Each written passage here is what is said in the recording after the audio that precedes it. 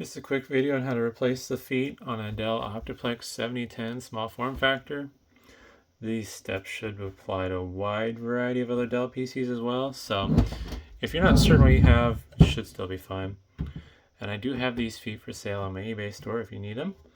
Now with these feet, there is a big hole and then a slot. It kind of varies what side the big hole's on, but in this case the big hole's on the right. So to remove it, I generally just kind of push it sideways like that to get it slightly lifted up, and then you can slide it out. Took all the dust with it.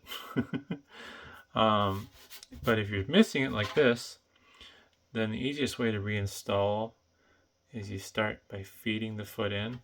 There's a groove that's molded into the foot, as you can see. So it'll just slide in and feed there like that. And depending on the unit, they may also have feet on two sides, just because you can put these in two different orientations. Same deal, you're going to want to look for that wide opening. You can kind of push on it and feel like, if I push on this wrong side, it'll roll up, but it won't come out. But I'll push up on this side here. I got it loose, just slides out sideways like so. Put a new one in, you align those slots with the slots in the case. I push in an angle, so we'll zoom in here. See how it's in an angle. And just slide it in like so and make sure it's seated nice and neat.